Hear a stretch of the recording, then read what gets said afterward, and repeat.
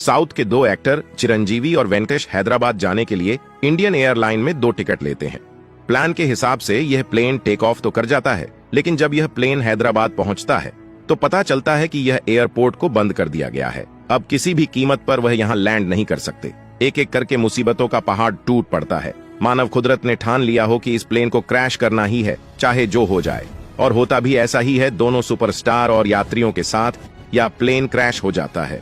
क्या है पूरी कहानी, आइए सब कुछ समझने की कोशिश करते हैं आज के इस वीडियो में। 15 नवंबर 1993 मद्रास, आज इसे चेन्नई इंटरनेशनल एयरपोर्ट के नाम से जाना जाता है। इंडियन एयरलाइन का विमान फ्लाइट 440 चेन्नई एयरपोर्ट से उड़ान भरने का तैयारी कर रहा था। सुबह सुबह कोहरा काफी था, इसलिए फ्यूल अच्छे से कैलकुलेट करके प्लेन में डाला जा रहा था। अच्छी तरह का कहने का अर्थ यह है कि प्लेन में न सिर्फ अपने डेस्टिनेशन तक बल्कि उससे कई ज्यादा फ्यूल डाला जाता है। अगर जिस एयरपोर्ट पर प्लेन जा रहा है उस एयरपोर्ट पर कोई हादसा हो गया है और प्लेन को डाइवर्ट करके दूसरे एयरपोर्ट पर ले जाना पड़े, इसलिए प्लेन में ज्यादा फ्यूल डाला जाता है ताकि ये प्लेन आसानी से पहुंच सके। इंडियन एयरलाइन फ्लाइट 440 में फ्यूल डालने के बाद उधर 240 पैसेंजर्स धीरे धीरे करके प्लेन में सवार होने लगे। इन यात्रियों के साथ साउथ के एक्ट्रेस चिरंजीवी, वेंकटेश और एक एक्ट्रेस भी थी। इसके अलावा 12 क्रू मेंबर भी थे। इस प्लेन को चेन्नई से हैदराबाद और हैदराबाद से दिल्ली जाना था। फाइनली सारे चेक कंप्लीट के बाद यह प्लेन चेन्नई से उड़ान भरा। इस प्लेन को captain Ram B Bhalla operate कर रहे थे। देखते ही देखते यह प्लेन 30,000 की फीट की ऊंचाई पर पहुंच गया। हैदराबाद एयर स्पेस में दाखिल होने के बाद कप्तान राम ने प्लेन की ऊंचाई को कम करना शुरू कर दिया। जैसे जैसे प्लेन नीचे आ रहा था, कोहरा भी बढ़ता जा रहा था। कैप्टन राम ने एटीसी से पूछा कि रनवे की विजिबिलिटी कितनी है, क्या हम अपने प्लेन को लैंड कर सकते हैं? एटीसी ने जवाब दिया, हाँ बिल्कुल, आप लैंडिंग की तैयारी करें। प्लेन अब धीरे धीरे नीचे आने लगा। प्लेन के स्पीड को कम करने के लिए पायलट ने प्लेन के फ्लैप को फुल कर दिया। इसके बाद प्लेन एयरपोर्ट की तरफ बढ़ने लगा। तभी अचानक से एटीसी का फोन आया। उन्होंने कहा कि आरवीआर ड्रॉप होकर मिनिमम से भी नीचे जा चुका है। आरवीआर का मतलब होता है रनवे विजुअल रेंज, यानी कि प्लेन को उतारने के लिए कम से कम जितनी दूरी तक रनवे दिखाई देनी चाहिए उतना भी दिखाई नहीं दे रहा था। इसलिए एटीसी ने कहा कि आप लैंडिंग प्रोसेस को रोक दीजिए। इसके बाद हैदराबाद एयरपोर्ट को बंद कर दिया गया। अब ना तो यहां से कोई प्लेन टेक ऑफ कर सकता था और ना ही यहां कोई प्लेन लैंड कर सकता था, जब तक कि विजिबिलिटी कम से कम लैंडिंग करने लायक ना हो जाए। अब इंडियन एयरलाइन फ्लाइट 440 के पास कोई भी चारा नहीं था। वो किसी भी कीमत पर यहां लैंड नहीं कर सकते थे। उनके पास 2 ही रास्ते थे, या तो वह किसी और एयरपोर्ट में चले जाए या फिर इंतजार करें, इस उम्मीद से कि मौसम थोड़ी साफ हो जाए और वापस से एयरपोर्ट चालू हो। अक्सर पायलट बड़े दुविधा में पड़ जाते हैं ऐसे डिसीजंस लेने में कि आखिर करें तो क्या करें, किसी दूसरे एयरपोर्ट में चले जाएं या फिर इंतजार करें।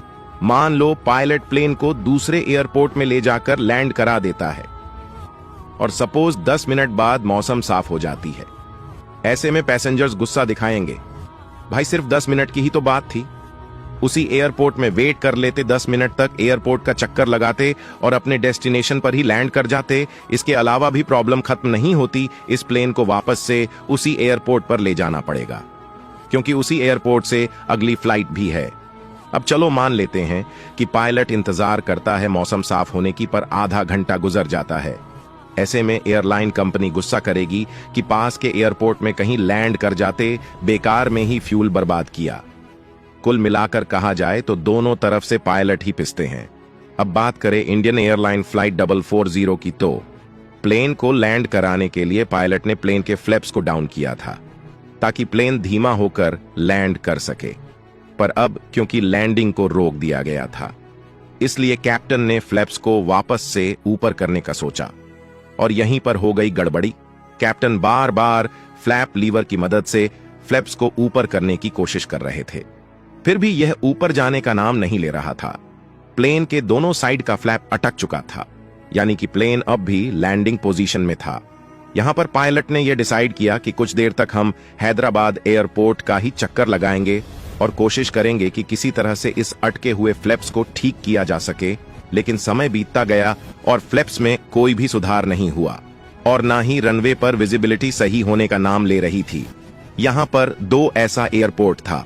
अगर हैदराबाद में वह लैंड नहीं कर सकते थे तो आसानी से इंडियन एयरलाइंस फ्लाइट 440 दोनों में से किसी एक एयरपोर्ट में जाकर लैंड कर सकता था।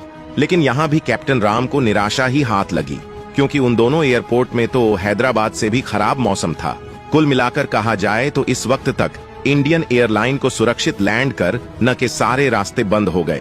प्लेन धीरे धीरे 15,000 फीट के एल्टीट्यूड पर आ गया, लेकिन फ्लैप के फैलाव की वजह से तेजी से हवा इससे टकराकर प्लेन को धीमा कर रही थी। ये फ्लैप्स प्लेन में ब्रेक का काम करता है, जो अपनी पूरी ताकत से प्लेन को धीमा करने में लगा था। इसलिए कैप्टन ने प्लेन के पावर को ही बढ़ा दिया ताकि फ्लैप्स के वजह से जो स्पीड कम हो रही है उसे मेंटेन किया जा सके। इससे प्रॉब्लम यह होने लगी कि फ्यूल बहुत ही तेजी से खत्म होने लगा। हालात बिगड़ते देख कैप्टन ने यह फैसला ले लिया कि हम प्लेन को वापस चेन्नई ले जाएंगे, जहां से हमने टेक ऑफ किया था। प्लेन में एक्स्ट्रा फ्यूल भी डाला गया था, क्योंकि इसे हैदराबाद से वापस दिल्ली भी जाना था। यहां पर पायलट को लगा कि इतने फ्यूल में हम आराम से वापस चेन्नई एयरपोर्ट जा सकते हैं, लेकिन ऐसा हुआ नहीं। फ्लैप ऑन होने की वजह से ड्रैग इतनी बढ़ गई कि ऐसा लग रहा था मानो फ्यूल अपने दुगनी रफ्तार से खत्म होने लगी हो।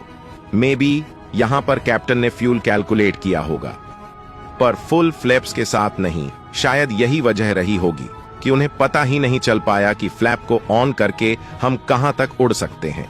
फाइनली वही हुआ जिसका डर था, प्लेन में फ्यूल खत्म हो गया। इतनी देर में यह प्लेन हैदराबाद से तिरुपति आ गया।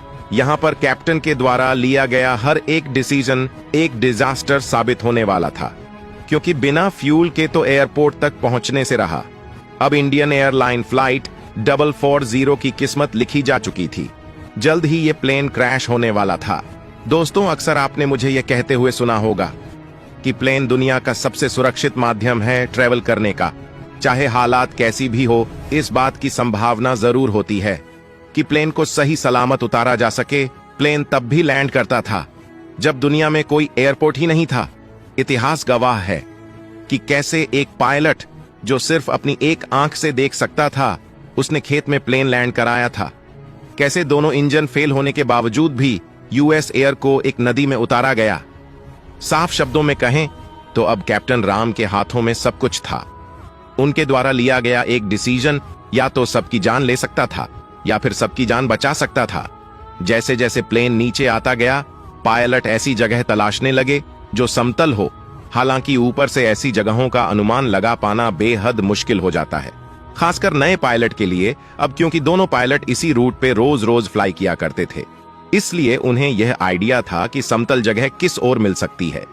जगह तलाशने के बाद पायलट ने सबसे अच्छा डिसीजन लिया कि उन्होंने लैंडिंग व्हील को क्लोज ही रखा है। प्लेन का व्हील प्लेन को स्मूथ लैंडिंग कराने में मदद करता है, लेकिन तब जब प्लेन रनवे पर लैंड कर रहा हो। लेकिन दिक्कत तब हो जाती है जब प्लेन को उबड़ खाबड़ जमीन में उतारना हो। पहिया किसी भी गड्ढे में आराम से फंसकर टूट सकता है और एक झटके में प्लेन पलट सकता है। इसलिए ऐसे केस में अगर प्लेन का पहिया क्लोज हो तो ये छोटे मोटे गड्ढे प्लेन का कुछ भी बिगाड़ नहीं पाएगा। यहां तक कि प्लेन को जब पानी में भी लैंड कराना हो तब भी व्हील को क्लोज ही रखा जाता है, नहीं तो इस व्हील के जरिए प्लेन के अंदर इतना पानी भर जाएगा, ऐसे में हो सकता है यात्री जल्दी जल्दी बाहर ना निकल पाए। कहने का अर्थ यह है कि सिचुएशन के हिसाब से अगर एक सही डिसीजन ले लिया जाए तो कई बार मौत के मुंह से भी निकला जा सकता है। कैप्टन राम ने अब प्लेन धीरे धीरे नीचे लाया। यहां पर उन्हें जितना हो सके प्लेन के स्पीड को कम ही रखना था, ताकि इंपैक्ट कम से कम हो। वैसे भी फ्लैप्स की वजह से प्लेन का स्पीड बेहद कम हो चुका था। अब कैप्टन स्पीड ब्रेक का इस्तेमाल करके प्लेन को नीचे ले आया और फाइनली यह खेत में उतर गया। मिट्टी को चीरते हुए फिसलते हुए यह प्लेन आगे बढ़ता गया और कुछ ही देर में यह रुक गया। अच्छी बात यह थी कि प्लेन के टैंक में फ्यूल ही नहीं था, इसलिए हादसे में आग लगने की संभावना भी नहीं थी। हालांकि बिना पहियों के लैंडिंग करने की वजह से प्लेन का दोनों इंजन काफी डैमेज हो गया, पर सभी 250 यात्री और 12 क्रू मेंबर सुरक्षित बच चुके थे। इस हादसे के बाद पायलट को बहुत क्रिटिसाइज किया गया कि पायलट ने गलत फ्यूल कैलकुलेशन किया। प्लेन चेन्नई जा भी नहीं सकता था, फिर भी उन्होंने वापस से प्लेन को मोड़कर चेन्नई की ओर ले गया। देखो, बात करें गलती की तो हो सकता है, पायलट ने फ्यूल कैलकुलेशन गलत किया हो, उन्हें यह आइडिया नहीं होगा कि फ्लैप्स को फुल करने के बाद प्लेन कितना माइलेज देगा। इतनी अधिक तेजी से फ्यूल खत्म हो सकती है कि वह चेन्नई एयरपोर्ट तक भी नहीं पहुंच पाएंगे। लेकिन इस बात को अगर इग्नोर कर दिया जाए कि फ्यूल कैलकुलेशन गलत हुई, मान लो कैप्टन सही फ्यूल कैलकुलेशन करता, तब भी तो उसके पास कोई चारा नहीं था। हैदराबाद एयरपोर्ट को तो बंद कर दिया गया था। आसपास के दोनों एयरपोर्ट में भी मौसम हैदराबाद से भी खराब था। ऐसे में अगर वह करते तो क्या करते? हाँ, IALS की मदद से हैदराबाद एयरपोर्ट में इमरजेंसी लैंडिंग कर सकते थे। लेकिन 1993 में हैदराबाद में ILS सिस्टम मौजूद था या नहीं, इस पर भी डिपेंड करता है।